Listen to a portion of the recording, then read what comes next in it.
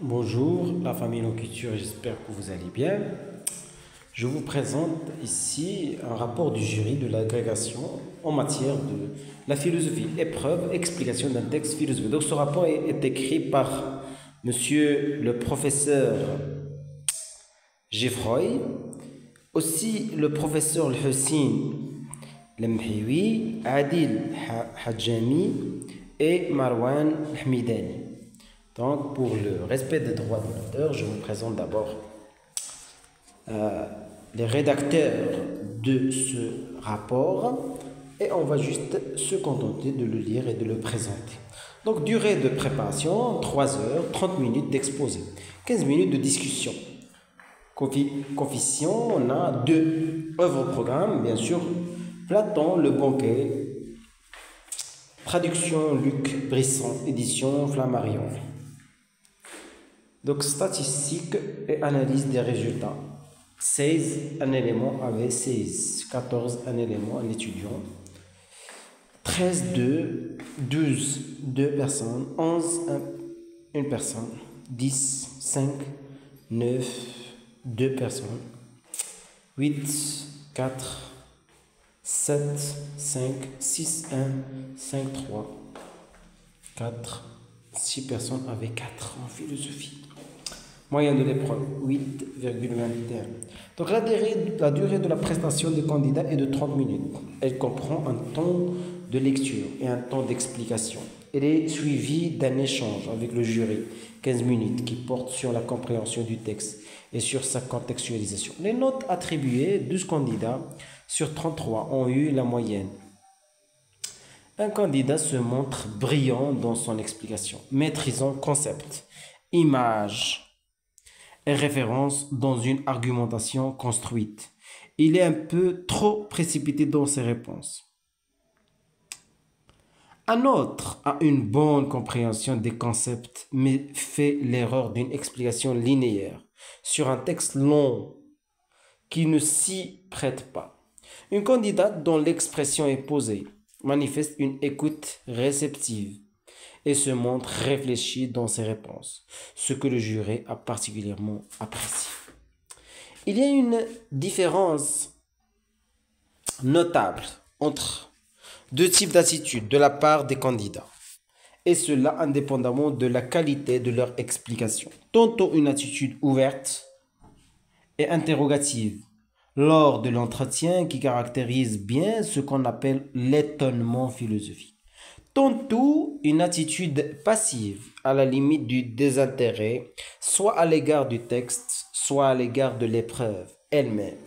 Dans le premier cas, le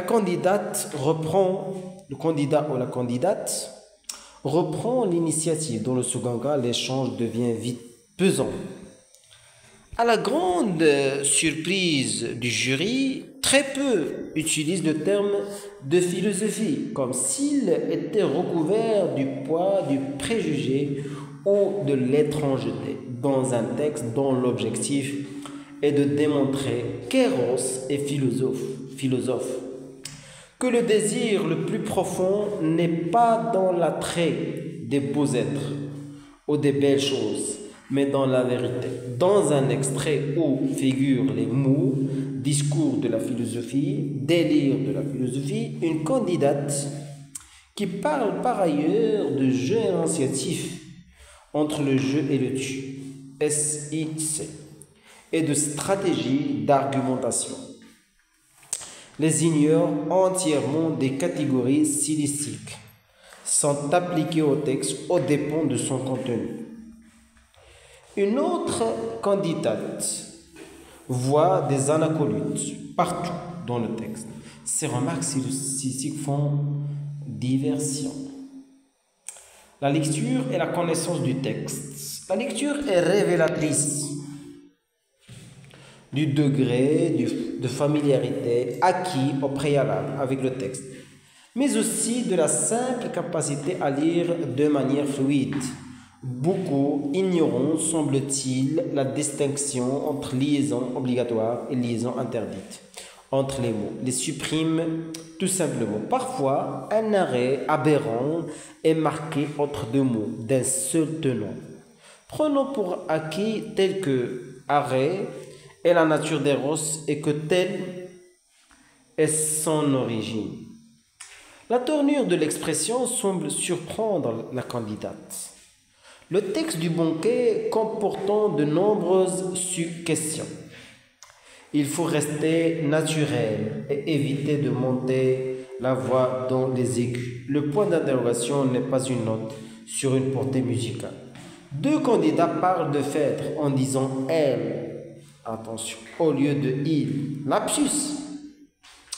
Confusion avec le personnage féminin des tragédies de Sénèque et de Jean Racine, oui.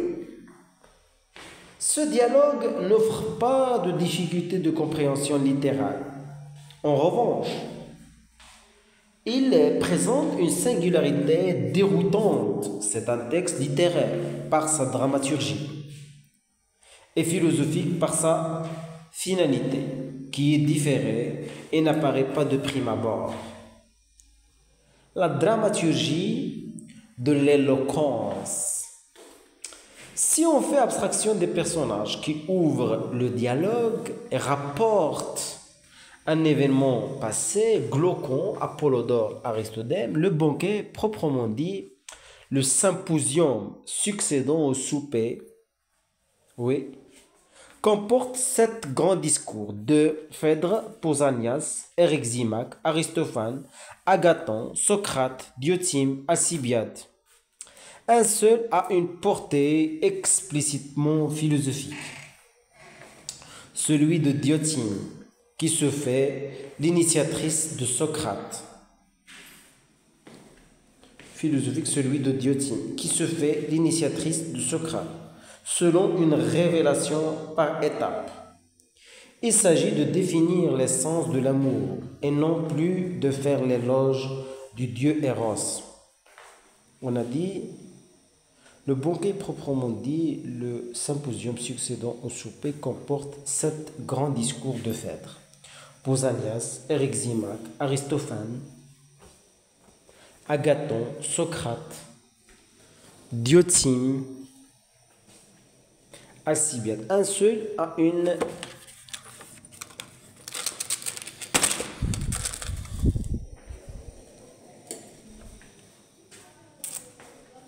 a une portée explicitement philosophique, celui de Diotima, qui se fait l'initiatrice de Socrate.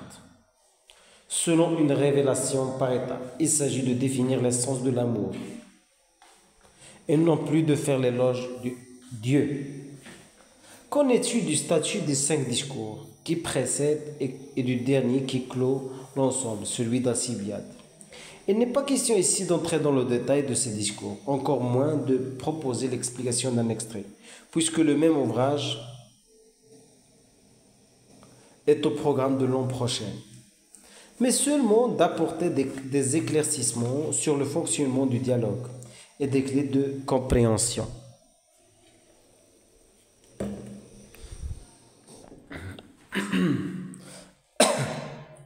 Au moment où est écrit ce dialogue de Platon,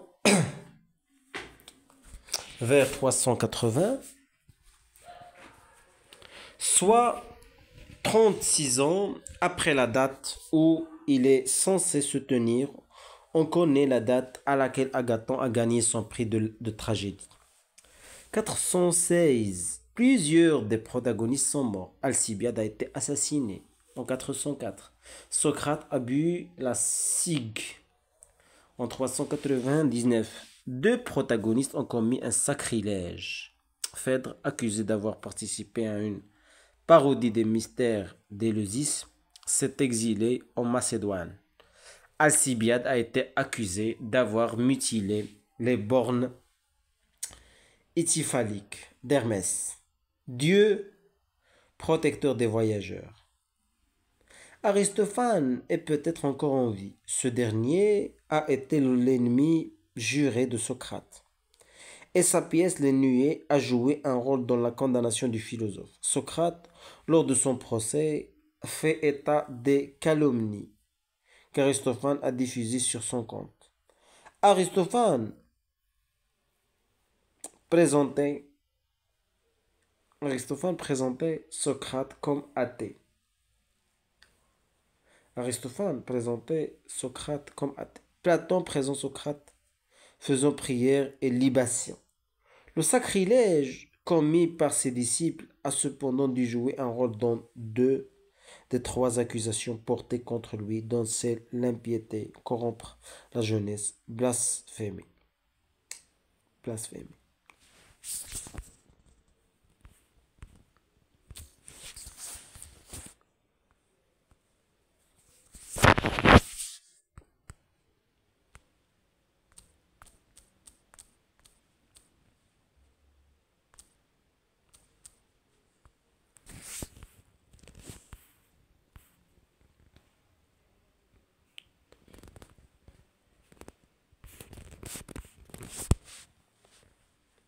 Blasphème. Blasphème.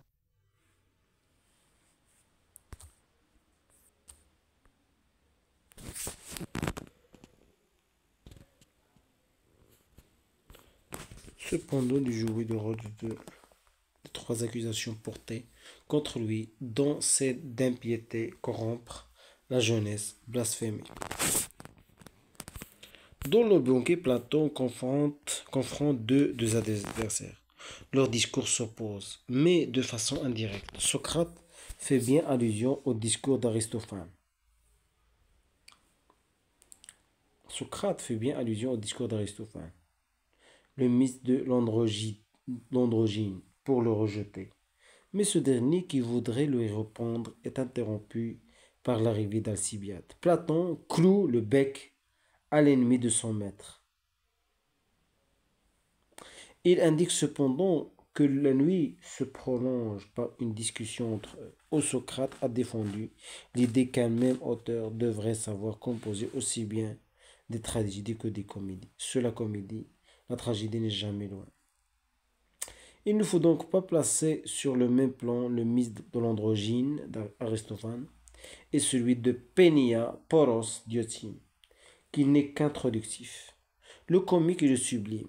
Prendre un mythe ou une allégorie comme point de départ d'une élaboration théorique est le propre de Platon dans plusieurs dialogues. Ici, alors que les femmes sont exclues du banquet, c'est une femme qui propose une théorie de l'amour détachée de la sexualité. Après un point de départ qui fait un sort de la procréation et à l'accouchement. À la différence de la religion officielle qui est publique et intransigeante, régie par la tradition et les lois, par les prêtres et les citoyens des hommes, et qui vise à intégrer l'individu dans la vie civique. Les cultes. Les cultes à mystère répondent à des besoins personnels. Ils reposent sur une initiation individuelle qui est tenue secrète et sont conduits par des femmes. Ces mystères les plus célèbres sont ceux d'Éleusis qui duraient une dizaine de jours. Commence par des représentations.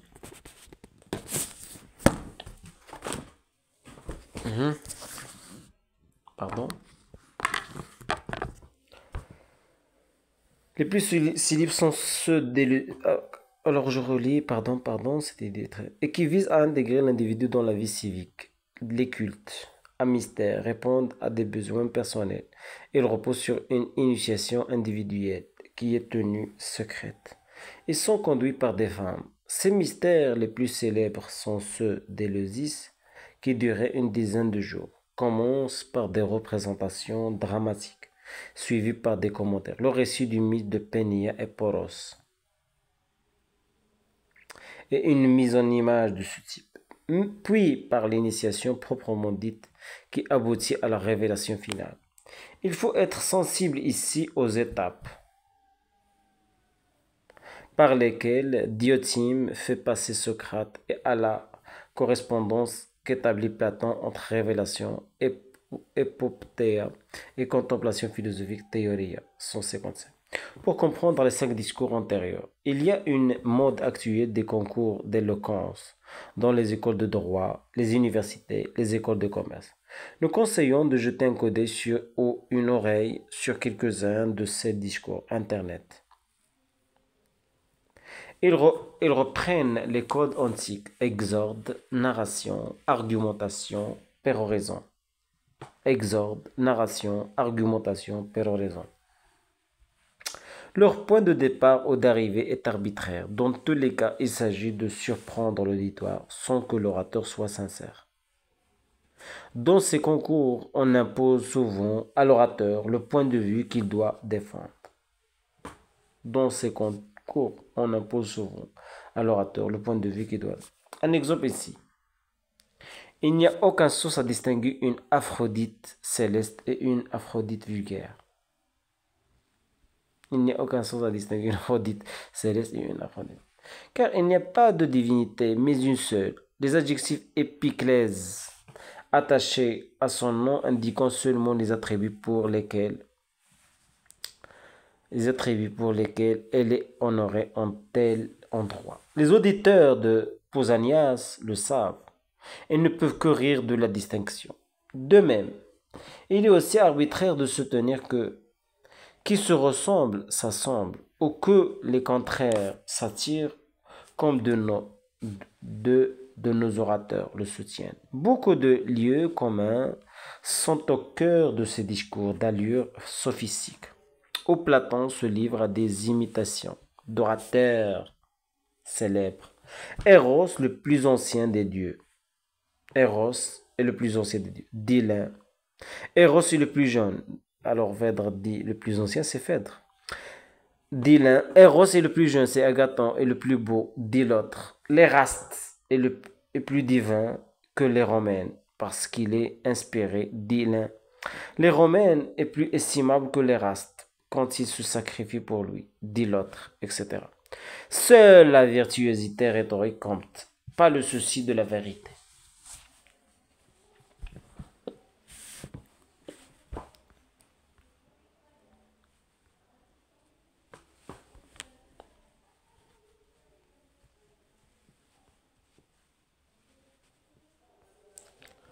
Attention à percevoir ce rire sous-jacent qui joue avec le risible et le ridicule, comme la note Aristophane, qui précise cependant que tout n'est pas à tourner en dérision. Le rire se double de sérieux, comme la comédie et l'envers de la tragédie. Le hoquet d'Aristophane arrive à point nommé pour conclure le discours pontifiant de Pausanias. Le rire est parfois grinçant dans le banquet.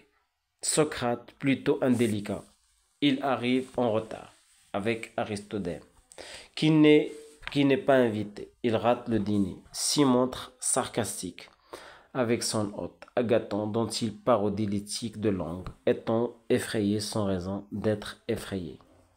128. Au point de l'exaspérer. C'est peut-être un clin d'œil à Aristophane, voir note 7 ci-dessous. Le discours intempestif d'Alcibiade, un éloge de Socrate, subvertit la règle de ce concours d'éloquence, dont il n'a pas compris qu'il est arrivé à son terme. On a quitté le terrain de l'éloge, lui y revient avec l'éloge déplacé de Socrate, encore plus déplacé, sa confession impudique à laquelle Socrate reprend par un sarcasme, le ressort dramatique est perceptible.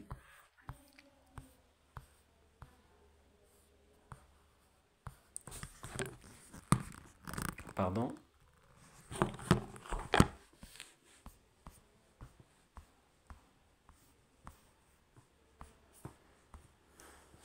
Mesdames.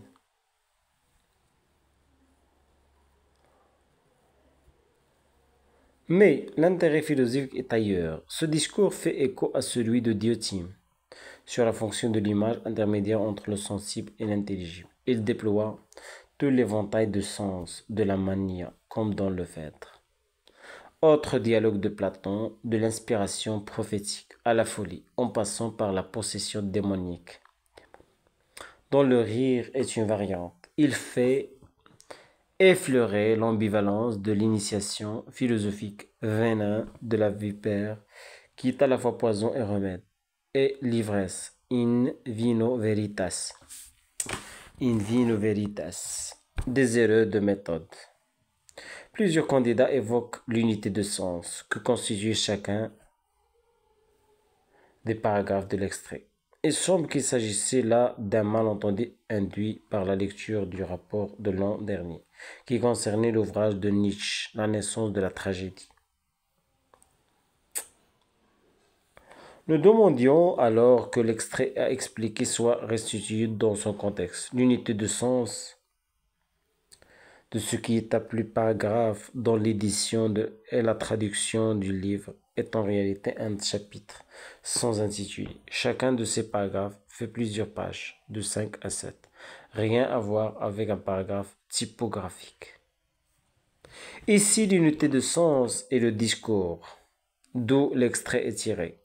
L'héros a abouti plusieurs fois à la présentation suivante. Un extrait de 3 paragraphes typographiques est indiqué comme ayant 3 unités de sens. Le plan s'ensuit. Un extrait de 4 paragraphes est indiqué comme ayant 4 unités de sens. Le plan s'ensuit. Ce qui est tout simplement un non-sens.